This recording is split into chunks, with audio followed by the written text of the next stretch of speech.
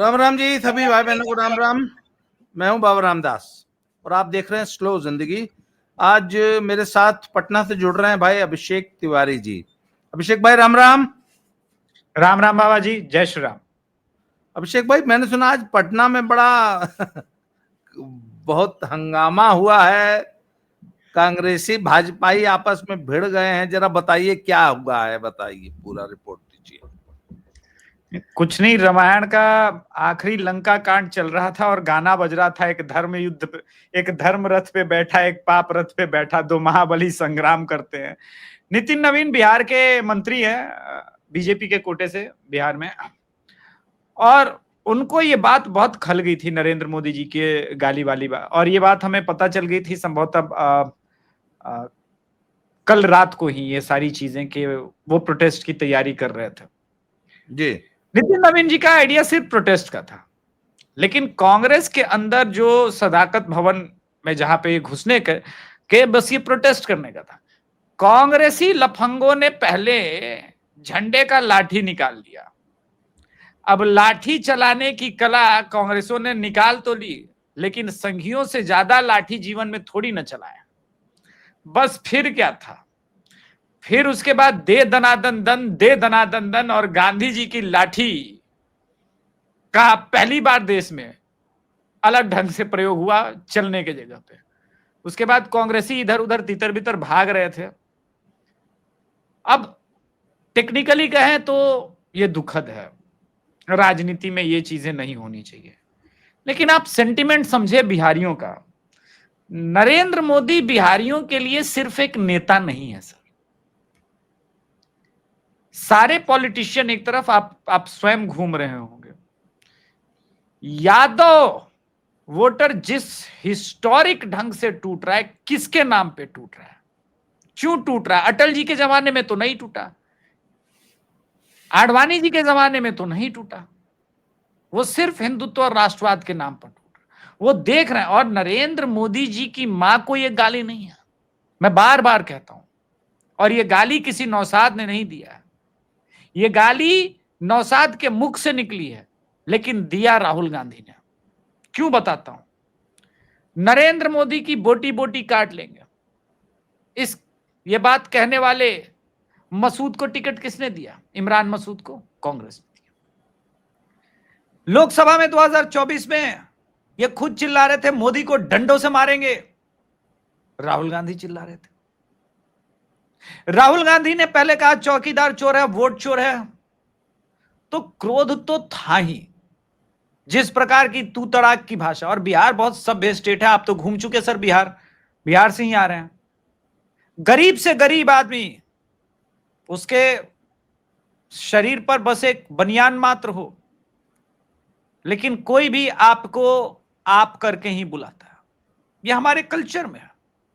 हमारे लिए, जिसको उर्दू में कहते हैं तमीज और तहजीब, हमारी संस्कृति का बहुत बहुत मुख्य हिस्सा है, हमारी संस्कृति का हिस्सा है। और नरेंद्र मोदी जी की माता को गाली दे गया। हर उस माता को यह गाली था जिसने अपने बच्चे को पालने पोसने के लिए बर्तन मांजा है, जीवन के विषम परिस्थितियों में अपने बच्चों को पाल पोस के सक्षम बनाया, सुदृढ़ बनाया और संस्कृति दी। भारत की संस्कृति, शिक्षा उसके अंदर डाला। यह कोई साधारण बात नहीं है। राहुल गांधी एलिट क्लास में पैदा होकर के भी उनके अंदर वो ना आ पाया जो नरेंद्र मोदी जी के अंदर है। जिस प्रकार से महिला सम्मान नरेंद्र मोदी जी जिस प्रकार से आदर करते हैं, ये उस हर महिला का अपमान था। तो क्रोध में तो उबल रहा है बिहार। और आज इस पूरे प्रकरण के बाद, जिसको कहते हैं, आप तो जानते हैं, 7 सितंबर से बिहार में, गया में पिंडदान की प्रक्रिया होती है महीने भर की, पूरी दुनिया से लोग आते हैं। तो राजद का पिंडदान कर दिया। राजद के लोग खुद कांग्रेसियों पे क्रोधित हैं, बोले ये क्या कर दिया तूने, ये क्या करवा दिया। हाँ, लेकिन ये हुआ जी। मैं आपसे यही जानना चाहता हूं कि इस पूरे प्रकरण में राजद के कार्यकर्ताओं, वोटर्स की, राजद में भी जो इंटेलिजेंसिया है, जो समझदार लोग हैं, या राजद की बड़ी लीडरशिप, हालांकि उनका कोई बयान तो नहीं आया, पर उनकी क्या प्रतिक्रिया है? क्या वो इस प्रकार की गाली गलौज वाली भाषा से सहमत है राजद? लिटरली मनोज झा ने डिफेंड किया है अभी कुछ देर पहले, जिसमें उन्होंने कहा कि 50 करोड़ की गर्लफ्रेंड और ये मोदी जी की भाषा को उसका जवाब मिला है। तो मनोज झा भी चूंकि डीयू यूनिवर्सिटी में दिन रात रहते हैं, भारत के, बिहार के मुख्य कल्चर से बहुत दूर रहते हैं, और ये असर है उसका। उन्होंने पहले भी ठाकुर और ब्राह्मण के बीच में वो ठाकुर का कुआं वाला पढ़ के विवाद पैदा करने का प्रयास किया। हालांकि मैंने तो ट्वीट में पूछ दिया था कि जब सब कुआं ठाकुरे का था तो भाई 10,000 से लोग साल से बिना पानी के जीवित कैसे रहे हैं? वो पूछ ले तो देखिए, इस देश में सुनियोजित ढंग से क्षत्रिय समाज पर, इवन आप देखेंगे तो गुर्जर समाज पर भी, ब्राह्मण पर, भूमिहार पर, एक एक करके अलग अलग जातियों के ऊपर टारगेट किया जाता है। लेकिन चूंकि बॉलीवुड का सबसे सॉफ्ट टारगेट ठाकुर समाज रहा है, बीइंग अ ब्राह्मण मैं इस बात को कह रहा हूं, एक है कि भाई इनको तो गाली दे भी दो तो ये कुछ बोलते नहीं है। क्योंकि होता क्या है कि ठाकुर समाज हमेशा सनातन का रक्षक रहा है, तो इन छोटी छोटी चीजों पर वो ध्यान भी नहीं देता और कहता है कोई बात नहीं, बोल ही दिया तो मेरा क्या है, ना तो मेरा कोई बहुत ज्यादा उससे अपमान होना ही है। लेकिन ये अब एक सेट प्रैक्टिस का हिस्सा बनता जा रहा था। तो राजद उस कल्चर से, उस सिंड्रोम में है, इसलिए मैं मनोज झा ने जो कहा है वो मैं समझ सकता हूं। अब आते हैं उस गाली को लेकर के, जिस प्रकार से जनता के अंदर आक्रोश है। मैं ग्राउंड जीरो पर गया था अभी, जनता खुश नहीं है, और जनता तो खुले में कह रही यही तो राजद का कल्चर है। और आपको याद होगा बाबा जी, मैं पिछली बार शो में आया था तो मैंने कहा था मैं चाहता हूं कि ऐसी वोट यात्रा हो, मैं चाहता हूं कि राजद बिहार बंद करे, मैं चाहता हूं कि कांग्रेसी वोट यात्रा में निकले, क्योंकि निकलेंगे तभी इनका मुखौटा उतरेगा। राहुल गांधी किस प्रकार के नेता हैं और हमाम में एक्चुअली में अब कितने नंगे हुए हैं वो अब दिख रहा है। 2019 के पहले Rahul was a very soft spoken. Rahul का इमेज किस प्रकार से मीडिया ने तैयार किया कि भाई बड़े हम्बल है, वेल कल्चर्ड है। वेल कल्चर्ड मोदी जी के साथ तू तड़ाक कर रहा है, अमित शाह जी के साथ तू तड़ाक कर रहा है। क्यों? क्योंकि सुप्रिया श्रीनेत ने ये जो गाली वाला मॉडल लागू किया, ये वही है। अभी सुप्रिया श्रीनेत की अंजना ओम कश्यप के साथ भी बहस हो रही थी जिस चीज को लेकर के, ये वो मॉडल है। इन्हें लगता है कि इससे हम कूल दिखेंगे, इससे युवाओं तक हमारी रीच हो जाएगी। लेकिन बिहार का युवा ऐसा नहीं है सर, उदंडता हमको पसंद नहीं आती। और आरा जिला हमारा तो घर बार आवाज जानते नहीं बात के, कतना उदंड लोग के बाबू कुंवर सिंह के तलवार ठीक कर दिलस। तो ये उदंडता हम लोग को और पसंद नहीं आती। हमसे गुंडागर्दी, रंगबाजी नहीं, जिसको कहते हैं हमसे रंगबाजी नहीं। तो बिहार के अंदर आकर के प्रधान मोदी जी की माता जी को लेकर के ये जो गाली दिया गया है, ये बताया गया कि हम ऐसे कर सकते हैं, तो जनता जवाब दे देगी। मुझे लगता है कि ऑलरेडी एनडीए के फेवर में ठीक ठाक माहौल था। अब जो जनसुराज की तरफ जो शिफ्ट हो रहे थे ये सारी चीजें, अब मोदी जी जब ब्रह्मास्त्र चलाएंगे, अपनी रैली आएंगे, तो वो भी थोड़ा बहुत जो था वो कम होकर शिफ्ट हो जाएगा और एनडीए एक कंफर्टेबल विक्ट्री की तरफ जाएगी, जिसका all credit goes to as usual Rahul Gandhi. देखिए, मैं अब तक लगभग 2000 किलोमीटर भ्रमण कर चुका हूं। आज हमारा नवा दिन था जी। मेरा एक बड़ा स्पष्ट आकलन है कि राहुल गांधी का कोई जनाधार बिहार में नहीं है, बिल्कुल। मुसलमान ट्रेडिशनली पिछले 20-25 साल से, 30 साल से लालू का वोटर है, और राहुल उस वोटर को छीनने का प्रयास कर रहे हैं तेजस्वी से। बिल्कुल। तो ये बात तेजस्वी को क्यों समझ नहीं आ रही है कि ये तो मेरे ही वोट बैंक पे डाका डालने का राहुल गांधी का प्लान है।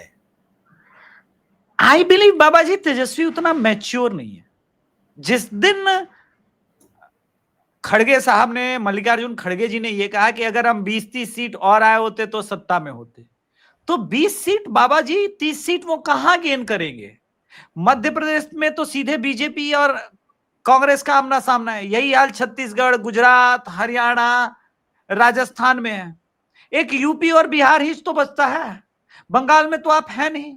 तो बंगाल में 10 सीट अगर आप जीतने की ख्वाहिश रखते हैं तो किसको माइनस करेंगे? राजद को। राजद कब माइनस होगा? जब ये चुनाव तेजस्वी हारेंगे, क्योंकि इसके बाद उनके राजनीतिक पतन की भी शुरुआत होगी, राजद की भी पतन की शुरुआत हो जाएगी। और वो ऑब्वियस रीजन इसलिए हैं क्योंकि मुझे नहीं लगता कि और 5 साल तक लालू प्रसाद जी संभवतः रह पाएंगे। और उनका जाना और उसके बाद सत्ता की लड़ाई, और उसी दौरान ट्रेडिशनली मुसलमान, आपने ठीक पकड़ा, राजद का वोटर है। लेकिन जब राजद नहीं रहेगा तो कहां जाएगा? कांग्रेस जाएगा। दिल्ली को समझते हैं ना। ट्रेडिशनली कांग्रेस का मुसलमान वोटर था, लेकिन क्यों? क्योंकि वो बीजेपी को हराता था। जैसे उन्हें एहसास हुआ कि वो बीजेपी को नहीं हरा सकता कांग्रेस, पूरा मुस्लिम वोटर शिफ्ट हो गया आम आदमी पार्टी के पास।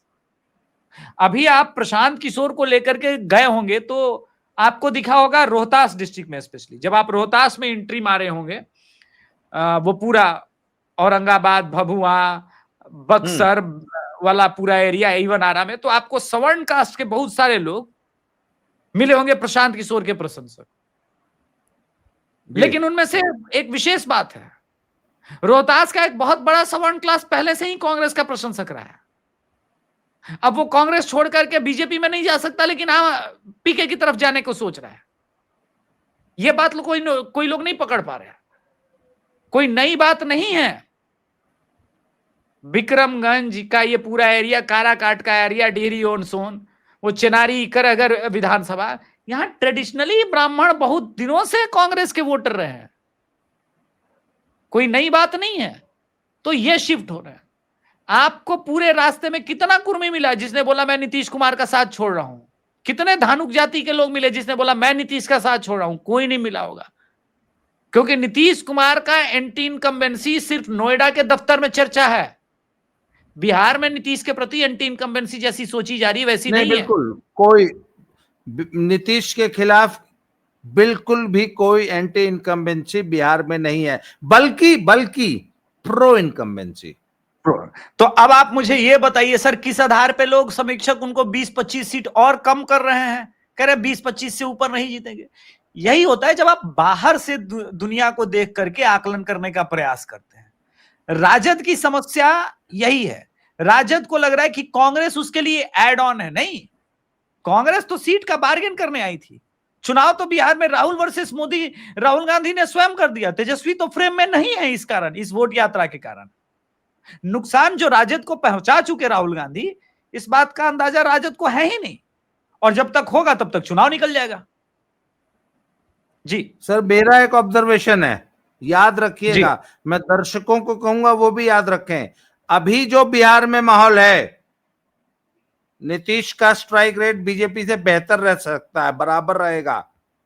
बिल्कुल बिल्कुल, ये बात मैं कितने दिनों से कह रहा हूं। नीतीश अगर 75 सीट जीत जाएंगे अकेले तो मुझे कोई आश्चर्य नहीं होगा। सर, एनडीए 150 प्लस की तरफ जा रही है, और इस विवाद के बाद मैं ये नहीं कहूंगा कि कहां जाके रुकेगी। हाँ, आपने मेरे मन की बात पढ़ ली। मैंने कहा 150 प्लस में वो प्लस कितना जाएगा अभी इसका कोई आकलन नहीं है। It can be 190, it can be 200। और एक चीज बता दूं, ओमकार चौधरी सर ने एक टाइटल लगाया था 4 दिन पहले कि क्या महाराष्ट्र रिपीट होने जा रहा है बिहार में। बहुत सटीक टाइटल लगाया है ओमकार सर ने। मैं आपको बता रहा हूं, महाराष्ट्र की तर्ज पर ही बिहार का रिजल्ट आने जा रहा है। अब आप समझिए कि आप मुद्दों से इतना दूर हैं, जनता से डिस्कनेक्टेड हैं, पत्रकार लॉबी वोट चोरी ढूंढ रही है, और रिजल्ट आएगा जब 170-180 वाला तब तो फिर चिल्लाए ना करेंगे कि वोट चोरी हो गया, क्योंकि आप ग्राउंड पर ही नहीं है।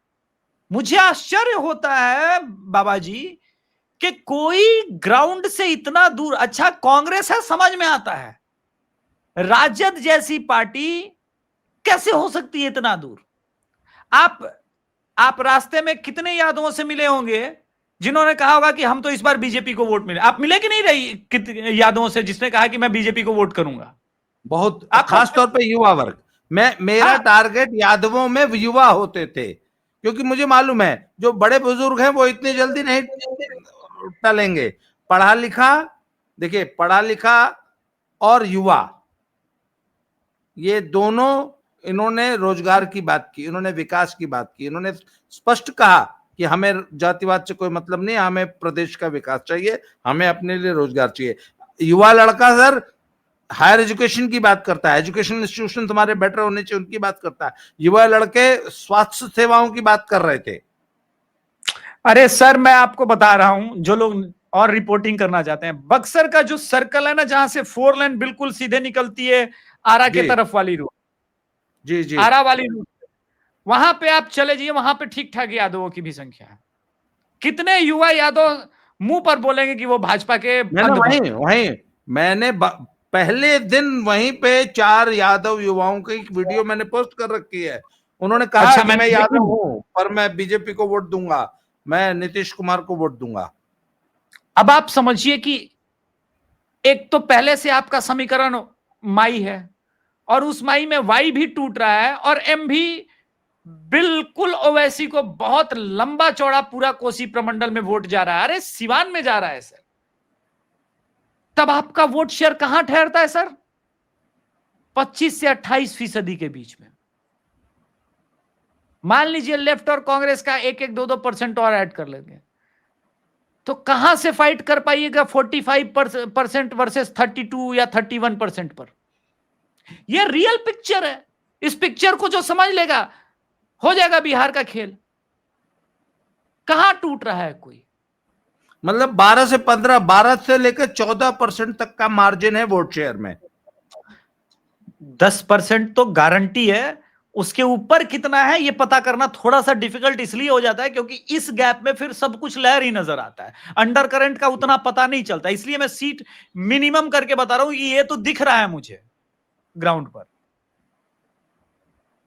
ये तो दिख रहा है।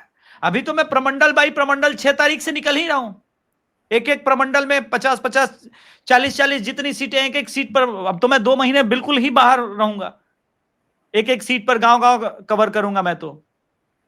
मैं वो पिक्चर आपको बता रहा हूं जो आपने बिहार में देखा, और कोई भी बिहार में आएगा तो वो दिखेगा कि अभिषेक की आंखें क्यों ऐसा देख रही थी। मैं लगातार अन्य चैनल पर, आपके चैनल पर क्यों ऐसे बता रहा हूं।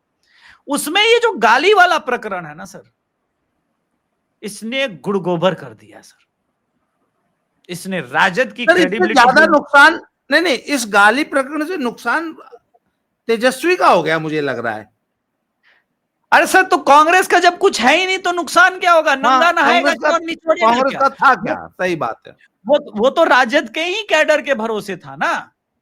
तो मैं वही कह रहा हूं कि राजद के जनाजे पर जो नमाजे जनाजा पढ़ा जाता है, जो फातिया पढ़ा जाता है, वो राहुल गांधी आए और वोट यात्रा के बहाने वो फातिया पढ़ के चले गए, कहानी समाप्त। अच्छा, दूसरा प्रकरण और है, जिन जिन लोगों ने बिहार का अपमान किया सबको बुलाया ईसाई के नाम पर। चन्नी को बुलाया, स्टालिन तमिल में बोल रहे हैं। कितने प्रतिशत लोग बिहार में तमिल समझते हैं सर? आप तो घूम गए पूरा बिहार, 2000 किलोमीटर की यात्रा। क्यों बुलाए गए थे फिर? क्योंकि वो ईसाईकरण था। तेजस्वी की पत्नी भी तो रेचल है ना। अब तो प्रवेश पा ही गई ना, जैसे गांधी नेहरू खानदान में सोनिया प्रवेश पा गई थी। और मोदी जी ने लाल किले से कहा बदलती डेमोग्राफी एक चैलेंज है, तो सिर्फ मुसलमान के लिए थोड़ी ना कहा। वो तो ये भी देख रहे हैं ना कि ईसाईकरण हो रहा है किस प्रकार से। ये पूरी लॉबी शैटर्ड है, हिली हुई है, हिली हुई है सर। इनको समझ में आ गया है कि अब अगर मोदी नहीं हटा अगले 5 साल में, क्योंकि मोदी जी ने एक और स्टेटमेंट तो दिया है, मेरे पास समय बहुत कम है और काम बहुत ज्यादा है। और आप स्वयं देख रहे हैं कि पिछले 11-12 महीनों में मोदी जी की गाड़ी जो है उन्होंने एक्सीलेटर पे पूरा पांव दबा दिया और 5th गियर में चल रही है। तो ये जो हर्डल लाने का प्रयास किया जा रहा है, ये जो एक्सीडेंट कराने का प्रयास किया जा रहा है, भाई साहब टेंशन मत लीजिए, 5 स्टार सेफ्टी रेटिंग है। मारुति वालों के कागज के डब्बे बाहर निकल जाएंगे। और एक बात और बताऊं आपको, मोदी का जो पुराना रिकॉर्ड है ना सर, लूज बॉल पे मोदी बहुत कायदे से छक्का मारते हैं। बिल्कुल।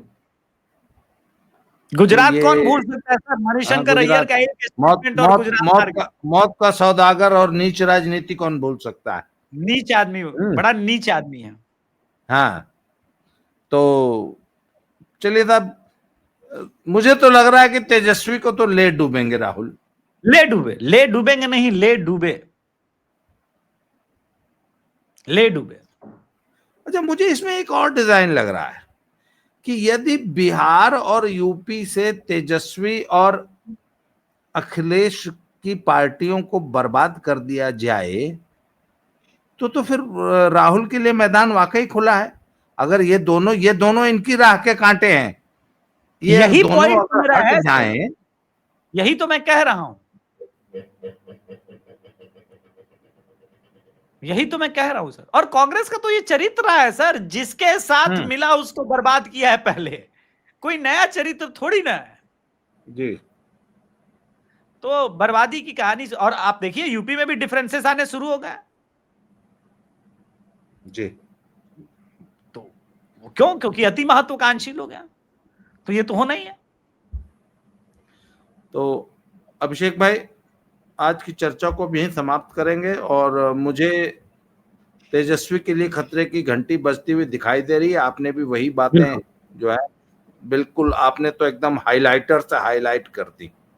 सर, आपने समय दिया अभिषेक भाई, इसके लिए बहुत बहुत धन्यवाद। जय श्री राम, हर हर महादेव। दोबारा मिलते हैं सर, बहुत बहुत धन्यवाद जी, जय श्री राम, प्रणाम। जय श्री राम।